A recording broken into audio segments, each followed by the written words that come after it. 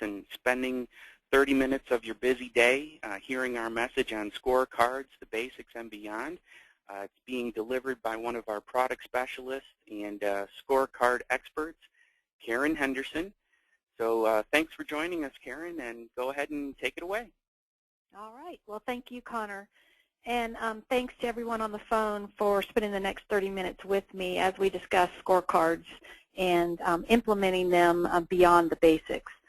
So I spend a lot of time out in the field working with companies of all shapes and sizes implementing scorecard systems. So what I wanted to do today is really share with you some of the critical success factors that I've seen that are required for implementing effective scorecards and keeping them active and relevant beyond the first year. So we're going to start off by taking a quick look at what I mean by effective scorecards, and then we'll spend the majority of our time talking about what it takes to get there. So what is an effective scorecard, and what would you expect out of an effective scorecard?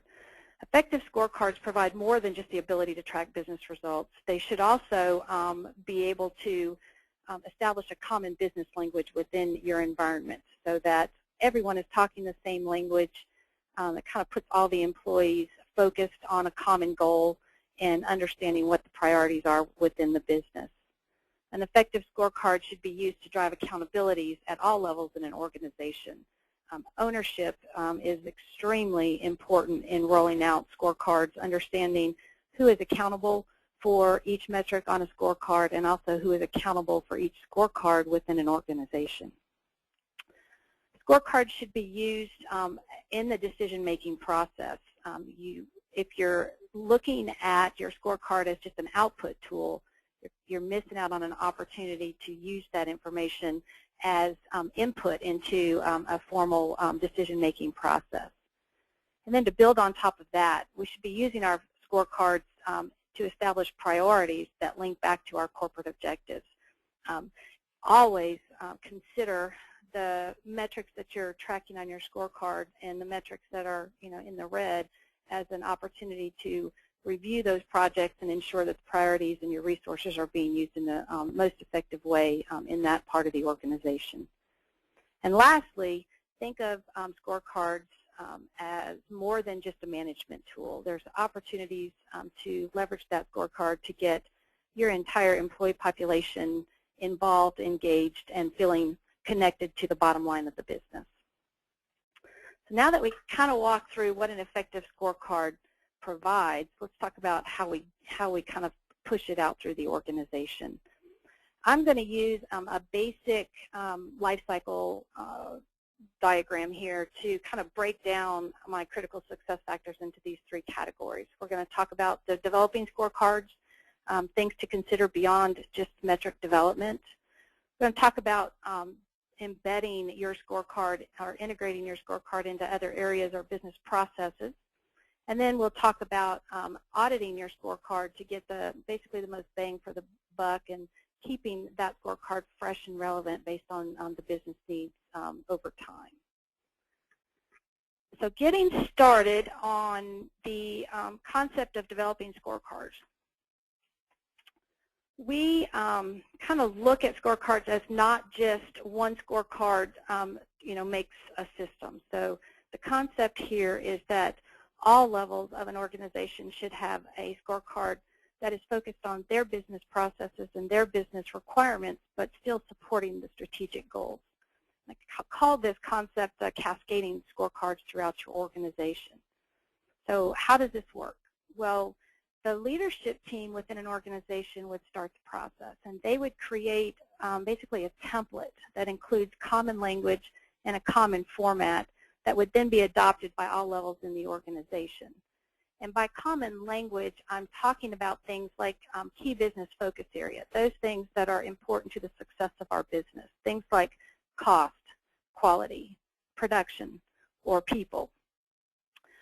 Then each team takes that template and they use that to build out the scorecard that supports their business needs. And what we would see from a metric perspective is a transition of metrics from a strategic perspective down to a more tactical perspective. The metrics on a business line operations scorecard would be updated on a more frequent basis, things like daily or weekly updates, and you would expect to see your strategic metrics on that leadership scorecard being updated more on a monthly or quarterly basis. Things to consider as we're developing or cascading the scorecards out throughout the organization. First and foremost, we talked about the common format. This just allows leadership at all levels to be able to determine are we winning or losing in our battle, to improve our business and compared to other organizations within my company. Ownership, I mentioned this earlier, and I'm sure I'll mention it again. It's one of the most important things in developing scorecards that are effective is ensuring that the metric is that the owner of the metric is defined, that the owner understands what their role is, and that that team who is the who owns that metric has the ability to impact and control the outcome of that metric's performance. And if not, then maybe we should be moving that metric to another scorecard in another area of the organization where they have true impact over the outcome. Metrics should be SMART, and most folks have heard the SMART acronym: specific, measurable, attainable, relevant, and timely. My key thoughts here are you just need to make sure that everybody's on the same page, understands what the metric is measuring, what the inputs are, that the data is available in a cost-effective manner, and that it's available when you need it on a timely manner. Establishing realistic targets is another area that has a huge impact on making your scorecard more effective. If targets are set too far out of the reach of your employees, that will act as a demotivator, and employees will get discouraged and just think, well, we'll never make it. We'll never make it to a green. So you consider things like setting milestones or glide pathing targets, and by that I mean establishing interim goals that gives your employees an opportunity to reach a goal, celebrate the success, and then we tighten up our targets as we move through to reach our ultimate goal at the end of the year or at the end of our whatever time period we're monitoring these metrics for. And then lastly, scorecard development is not a one-time thing. It really is a cyclical process. You should always be considering ways to improve your scorecard and ways to adjust it based on changing business needs and changing business issues. So I'm going to spend a little bit of time later when we talk about auditing, and we'll talk about things you can do and questions to ask to ensure that that scorecard remains relevant. All right, Connor, I think this is actually a good time for a poll. So we'll post poll number 1. Do your scorecards use common language and a consistent template? We'll give everybody 20, 30 seconds here to give an opportunity to answer. So. Okay.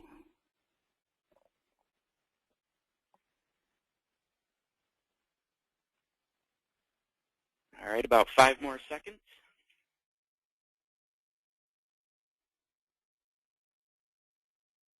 Okay, closing it now.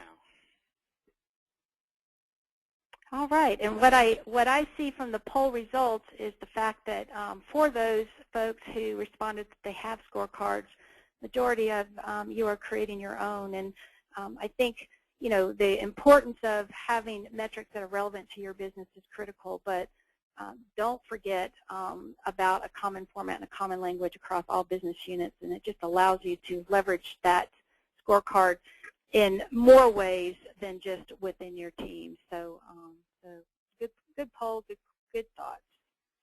Moving on now, I'm going to move on to the next phase of our life cycle, and that's leveraging scorecards. And by this I mean actually going beyond the basics of using your scorecard as a winning versus losing tool and actually integrating it with other business processes, which think of your scorecard as an input into other processes versus just an output of the data collected on it. I'm going to focus on, give you 3 examples of ways to incorporate your scorecards into other areas or other business processes. I'm going to talk about communication system and how that might work, an accountability system example, and then talk a little bit about comparing and best practices using scorecards across teams. So starting off on the communication side, scorecards should really be surrounded by a formal communication process where the scorecard really drives the discussion and is the center of attention for those meetings.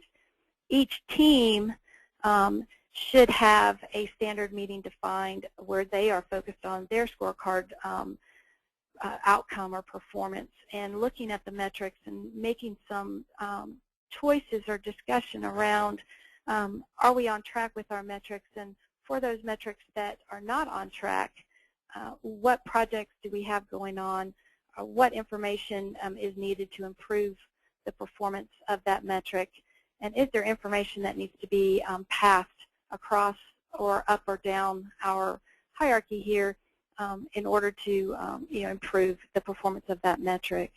Meetings should also include all employees on the team, not just a leadership group. I think I've seen many cases where scorecards start off as a leadership tool, and there's just so much benefit in including a team discussion and having that scorecard be part of a standard discussion that really helps engage the entire employee population, and getting everybody involved has really good outcomes.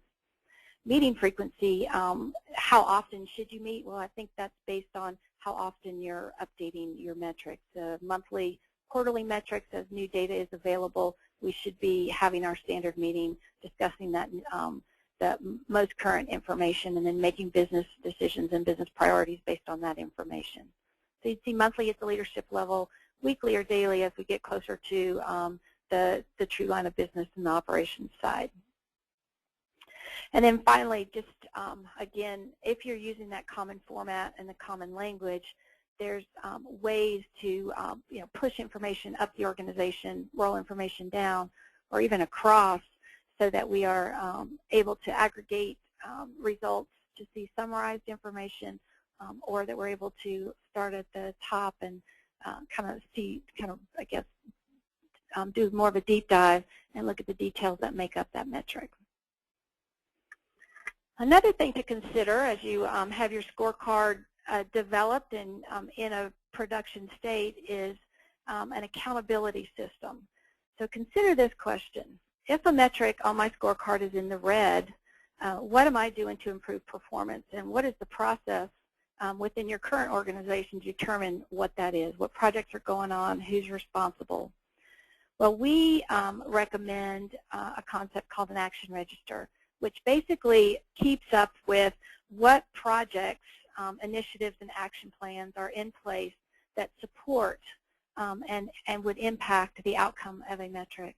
And at the very least, what we would want to see is that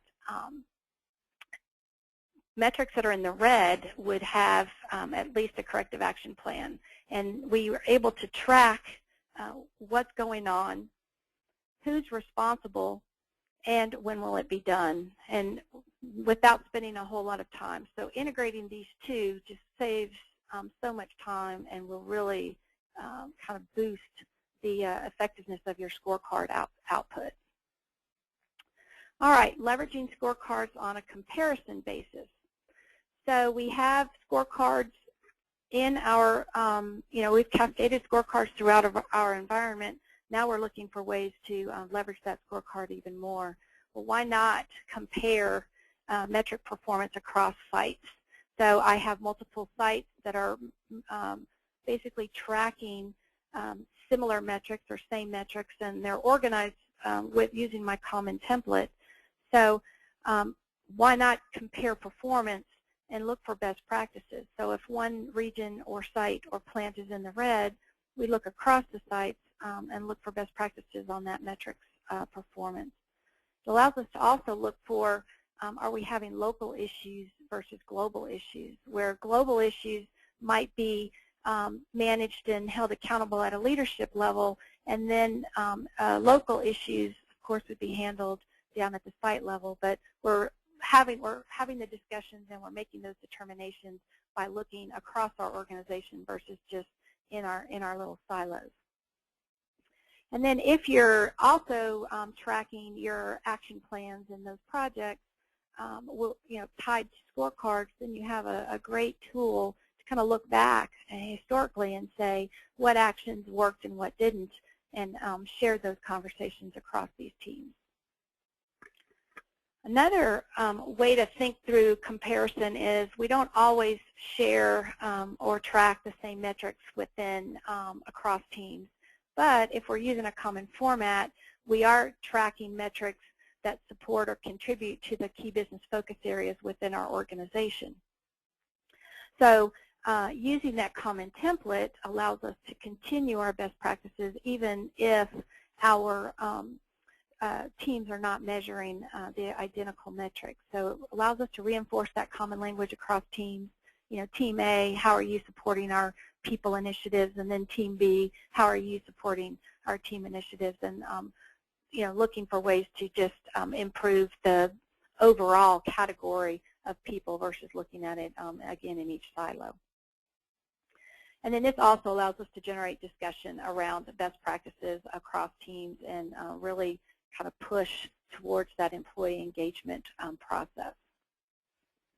All right, now before we move on to the last part of our webinar here, time for another poll. So Connor, poll number 2, focused on the leveraging of your scorecards.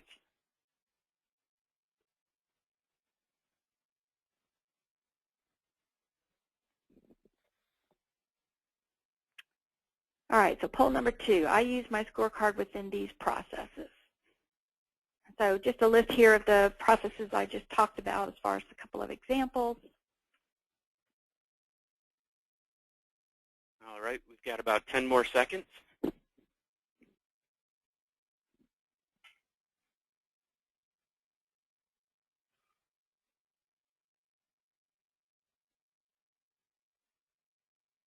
Okay, I'm closing it now. All right, and what the results show is, of course, A receives most votes, determine winning versus losing the scorecards, and that's tracking the business results, which is extremely important. And then share best practices was also high on the list. What I would do is just encourage you to think through ways to leverage that scorecard, and the earlier you have the discussions about how do we incorporate our scorecard into other business processes, then the more effective and more cost, kind of value you'll get out of that scorecard over time. All right, I'm looking at the time here, and I'm going to move on. I'm moving to the third and final kind of phase of our scorecard life cycle, and that's audit. So once we have developed our scorecards, we've used them for 3 to 6 months. We want to do a review of our scorecard, and really the purpose here is to keep it fresh and relevant and in use over time. So we want to ask questions such as, can we look at our scorecard and still answer the question, are we winning or losing in our key focus areas or in those categories?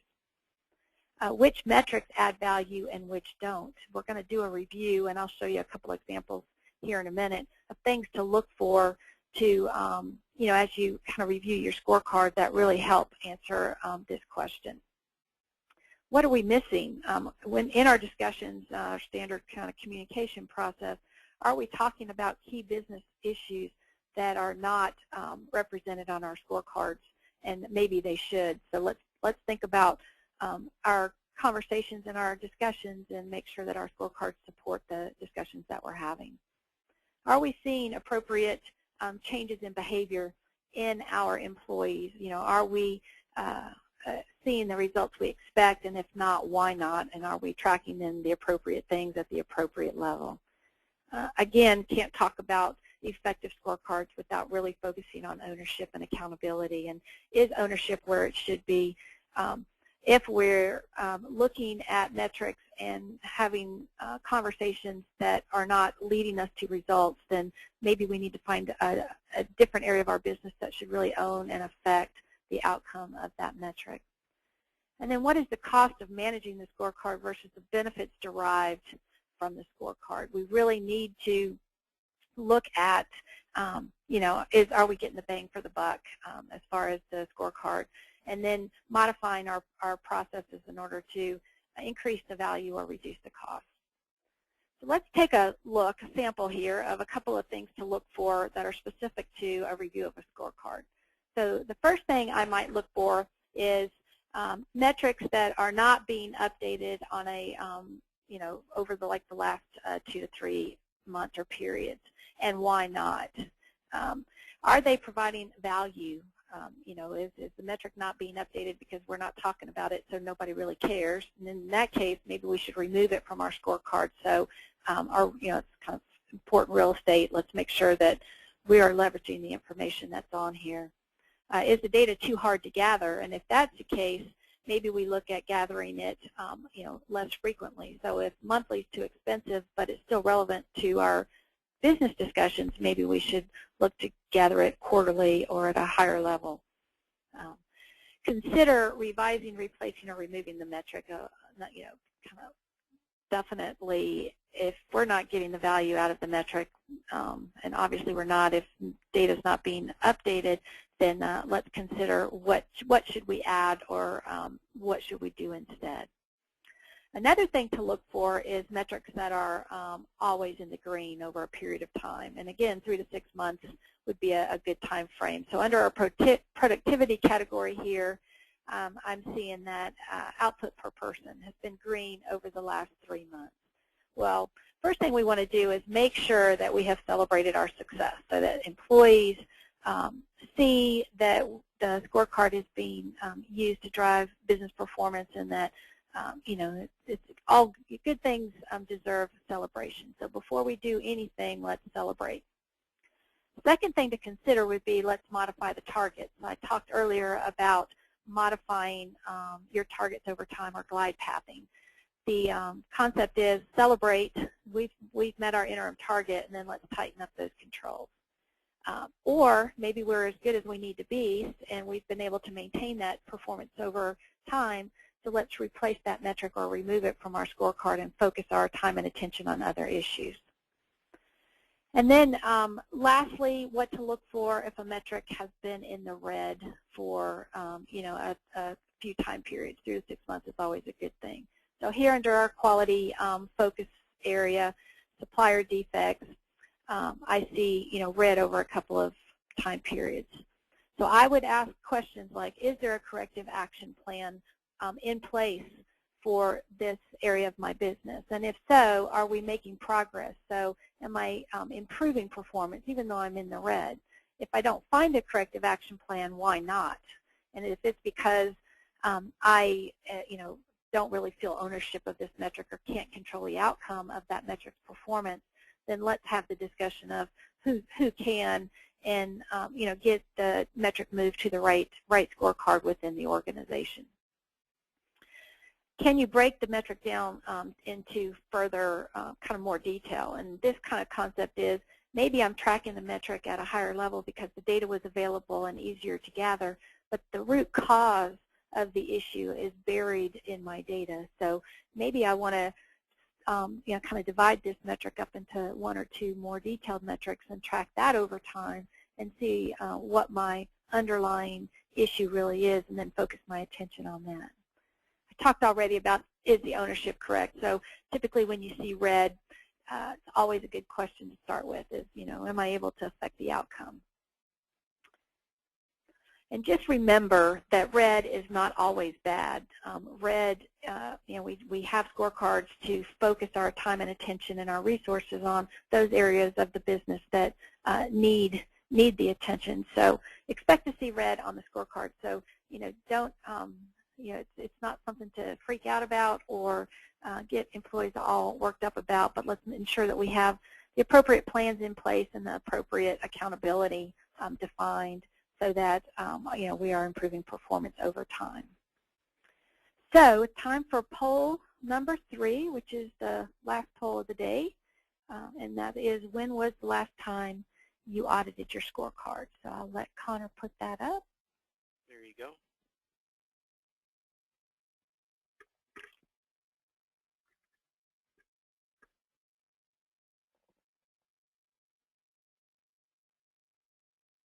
Okay, about 10 more seconds.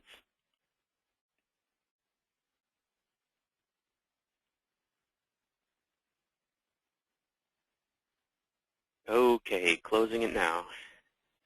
All right, and what this poll really shows is that majority of people, and it's kind of hard to say here actually because the way we asked the question, but majority of folks answered more than a year, and you know, it's kind of a double-edged sword here.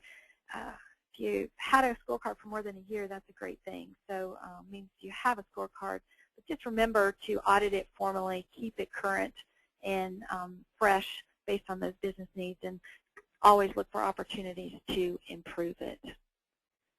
So I've talked for about a lot of different things in a very short amount of time. So just a quick wrap up over my 3 kind of categories: develop, leverage, and audit. On the develop side, make sure that you are considering scorecards beyond just your management team or your leadership team. Consider cascading that common language across all levels in your organization, where your scorecards are very focused on the business results of that team, and that you're establishing meaningful targets that engage your employees. Think of ways to leverage your scorecard beyond just are we winning or losing and that visual indicator. Look for ways to track your action plans and have those priority discussions about what do we have underway and is it supporting the right areas of our business. Look to share best practices across teams and compare performance across teams, even if the metrics are different, just because we're able to do that because we've used that common language. And then have some formal audit or review process in place so that you improve your scorecard over time. For the first year, look to review your scorecards, even as frequently as every 3 months, and adjust based on how it's being used and the discussions that are occurring around that. And then over time, you can move your reviews to once a year as you're having your strategic discussions, but do expect about an 80 to 20%, and 80% might stay the same and a 20% may change pretty much every time you do a review. And with that, Connor, I think we have just a few minutes for Q&A. Yeah, a couple of short minutes here. So here's one of the questions that came through I thought was pretty interesting. In the beginning, you talked about the common template and common format, but then you also mentioned about auditing and changing your scorecard. So how do you balance between the two? Oh, good question. So I would just recommend looking at your scorecard kind of 2 different components. One is you have your common format and your template, which really should remain consistent across those scorecards and should be discussed at a leadership level. So through an audit, if you see changes that need to be made in those areas, those should be rolled up, passed up through the organization and leadership discussion held. The other part of your scorecard is those metrics, those underlying metrics that support that common language that are directly tied to your business, and that's really where your audit should focus. Or are those metrics still relevant to my business, and do I still have, the kind of the accountability or the ownership to make a difference, if necessary, to any of my business processes? Okay, time for just one more here. About the leveraging phase that you talked about in the life cycle of scorecards. We had some questions about that. Do most companies allow teams to see each other's scorecards? And I guess the concern is about sensitive information and that kind of thing. Okay, so wow, yeah, actually this is one of the first hurdles we face when we go out and work with organizations. I think we always kind of pose the question back, why wouldn't you? Why wouldn't you want to share the metric performance across teams? So I think in the past, scorecards have been perceived as a management tool but realistically what we want to do is leverage those scorecards beyond the management tools. So sensitive data, what I would recommend, there's sensitive data, things like competitive advantage and, like trade secrets. If there's metrics tracking that, that would, to me, be on a separate scorecard that would be managed and maintained by a leadership team. But business operations and business processes that impact the organization as a whole, those I think should be shared, and transparency and that visibility can do nothing but increase, I think, employee awareness and engagement over time. Excellent. Okay. Well, if you can go to your final slide there, we'll wrap this up. Again, thanks a lot, everybody, for joining us today. We will continue to provide our weekly Tuesday tips every Tuesday morning. We send out by email, Twitter, LinkedIn, lots of different places, quick and simple advice on scorecards, on meetings, on all kinds of things. We're doing a webinar next month on employee engagement and accountability and things along those lines. And of course, a few times a year we do public workshops on site with great organizations across the country that are using scorecards, that have great processes for accountability and engagement and things of that nature. We're working on one with a major pharmaceutical for the second half of September. It's a full-day event and then a tour and everything. They're one of our clients. That's Pfizer, by the way. And if you need more information beyond what we just covered here today, please hit our website, process-based-leadership.com. You can contact us through the site. You can see previously recorded webinars, white papers, all kinds of great stuff out there. So once again, thanks a lot for joining us, and we'll see you next month. Take care. Thank you.